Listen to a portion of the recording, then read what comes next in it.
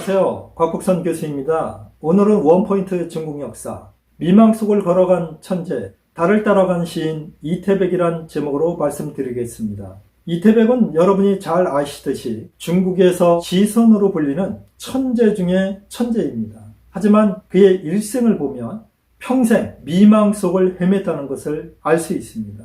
그는 현실의 벽에 부딪혀서 굉장히 가난하게 살았고 본인 스스로는 정치적인 야망이 있었고 재능이 있다고 생각했지만 결국 다른 사람들에 의해서 쓰임받지 못하고 궁핍하게 살다가 죽은 천재입니다. 이태백은 출생부터가 비밀에 쌓여 있습니다. 물론 역사 기록으로는 701년에 태어난 것으로 되어 있고 762년에 죽었기 때문에 이 62세를 생애로 해서 이 세상을 마감했습니다. 하지만 그의 고향이 어디냐에 대해서부터 아주 설이 분분합니다. 제가 사천성에서 코트라 청두무역관장으로 근무할 때에 그곳에 제동이란 동네가 있습니다. 거기에 가면 청년향이라는 향이 있는데요. 향은 우리로 치면 시골입니다. 그래서 그 청년향에 갔더니 이태백의 기념관이 있었습니다. 들어가 보니까 이태백이 평생 여러 호를 썼지만 본인이 가장 좋아했던 호가 청년거사였던 걸 알았고 바로 거기가 이태백이 태어난 곳이다. 이렇게 이제 설명을 들었습니다. 하지만 역사적으로는 정확하지 않습니다. 그가 태어난 곳은 여러 설이 있어서 여기서는 그 이야기는 하지 않겠습니다. 어쨌건 출생부터 비밀에 쌓여 있었고 그가 한족이냐 아니냐도 사실 비밀에 쌓여 있습니다. 이태백이 쓴 시에는 재미난 식구들이 많지만 제가 기억나는 것 중에는 그가 사천성의 아미산을 지나갈 때에 원숭이들의 울음소리 때문에 그가 참 비참함을 느꼈다. 이런 구절이 있는데요. 제가 아미산에 가보니까 진짜로 원숭이 떼가 많았습니다. 그래서 그 식구가 아주 제게 다가왔는데요.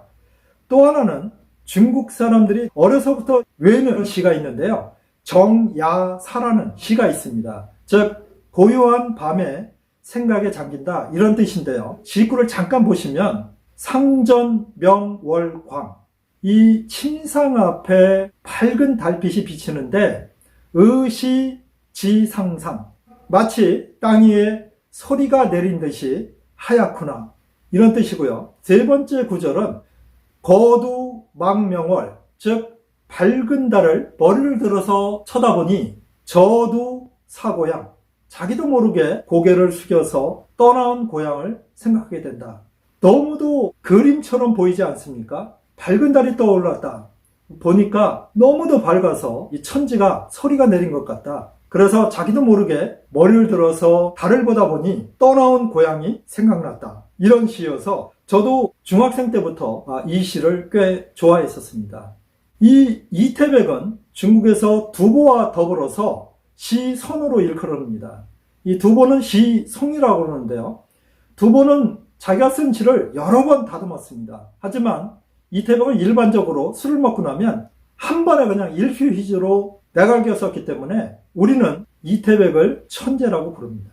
그런데 시에서만 천재였지 사실 현실 속에서는 천재가 아니었습니다. 그는 18살이 되도록 고향 땅에서 학문을 익히면서 검술을 익혀서 그는 검술의 거의 대가 수준에 이르렀다고 합니다. 18살 때부터 그는 전국을 유력하기 시작하는데요. 가는 곳마다 시를 쓰고 또 글을 썼기 때문에 그의 명성이 알려지기 시작했습니다. 그는 벼슬자리를 얻기 위해서 당시의 황제였던 당연종에게 여러 번 부와 시를 써서 보냈지만 당연종은 그의 시와 부를 보지 못했던 것 같습니다. 그는 43살까지 벼슬자리에 나가지 못했는데요. 43살이 되던 해에 당현종의 누이인 옥진공주와 당시 고관이었고 유명한 문학가였던 하지장에 의해서 추천을 받습니다. 하지장은 이태백이 보내온 시를 보는 순간 이 사람이야말로 정말 뛰어난 시인이다. 마치 이 사람의 시를 보면 하늘에서 유배를 당한 신선이 쓴 것 같다. 그래서 그 당시 이태백을 적선이라고 부르기 시작했습니다. 적선이라는 뜻은 유배당한 신선이라는 뜻인데요. 하지장의 강력한 추천으로 당현종이 이태백을 만나게 되고 그 자리에서 그에게 한림봉공이란 벼슬을 줍니다. 이 한림봉공은 높은 자리는 아니지만 이 문학을 하는 사람 입장에서는 상당히 영예로운 그런 자리이긴 했습니다.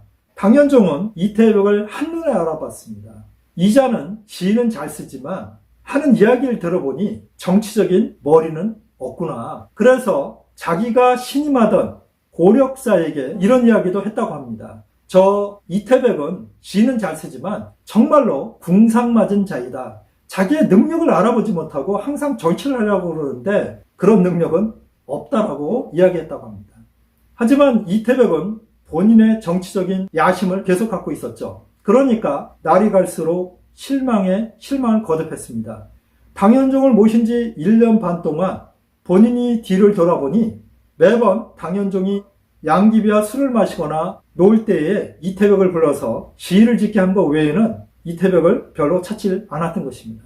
이태백은 그제서야 실망한 마음을 안고 매일매일 술을 퍼마시기 시작했습니다. 그래서 당현종이 부를 때마다 술이 취해 있었는데요. 하루는 정말로 술이 취해 있어서 이제 못 간다 이렇게 버티니까 당현종이 자신이 타는 가마를 보냈습니다. 그래서 이제 가마에 싣고 왔는데 이 술 취한 이태백은 고력사 당시 가장 실권이 있었던 환관의 우두머리죠. 그리고 당현종이 황제가 될 때에 가장 힘을 썼던 사람이 고력사이기 때문에 실질적으로 실권을 다지고 있었습니다. 양귀비도 고력사를 두려워할 정도였기 때문에요. 이 고력사에게는 대신들도 감히 하대를 하지 못했습니다. 그런데 낮은 벼슬에 있는 이태백이 반말로 자, 내 신발을 신기게 이렇게 이야기를 했습니다. 그것을 본 당현종은 못마땅했지만 본인이 불러왔으니까 아무 소리를 하지 않았습니다. 고력사는 어땠을까요? 여러 사람 앞에서 망신을 당했기 때문에 이태백에 대해서 원한을 품게 됩니다. 그래서 결국 1년 반 만에 자의반 타의반으로 이태백이 쫓겨났다는 것이 정설입니다. 하지만 제가 보기에는 이태백은 이미 실망을 하고 있었기 때문에 쫓겨날 구실을 만들고 있었던 것입니다. 그래서 고력사에게 그러한 무례한 짓을 했다고 저는 생각합니다. 아무리 술이 취해도 고력사의 실권을 모를 리가 없기 때문입니다. 43세에 들어가서 이 44세 또는 기록에 따라서는 45세라고 그러는데요. 중앙정계에서 떠난 이태백은 전국을 유력하기 시작했지만 결국 너무나 가난에 시달리게 됩니다. 한 번은 그가 황학루에 갔는데요. 이 황학루는 중국의 4대 누각으로 아주 유명한 누각 중에 하나입니다. 우리가 아는 악양루, 강서성 남창에 있는 등왕각, 그리고 남경에 있는 망각루와 더불어서 중국의 4대 누각으로 칭송받고 있는데요. 저도 이 우한에 있는 황학루에 여러 번 가봤습니다. 황학루에는 당시 이태백과 동시대 사람인 최호가 쓴 아주 유명한 황학루라는 시가 있습니다. 저는 중국어를 배울 때 가장 좋아했던 시 중에 하나가 바로 황학루라는 시인데요. 그 마지막 구절이 정말로 명구 중에 명구입니다. 그 뜻은 이 강상, 여기서 말하는 강은 양자강입니다. 그 넓은 양자강에서 일어나는 그 파도를 보다 보면 그 보는 사람으로 하여금 슬픔을 느끼게 한다. 이런 구절이 있는데요. 정말로 명문장입니다. 한시를 조금 아시는 분들은 보면은 금방 느끼실 텐데요. 천재 시인인 이태백도 당연히 그 멋진 경치에 도취돼서 시를 쓰려다가 옆에 보니까 최후의 시가 걸려 있었습니다. 그걸 보지 않았으면 시를 한 편 쓸 수 있었을 텐데 최후의 시를 본 순간 이태백이 거기서 붓을 내려놓습니다. 나는 최후보다 더 좋은 시를 쓸 수 없다.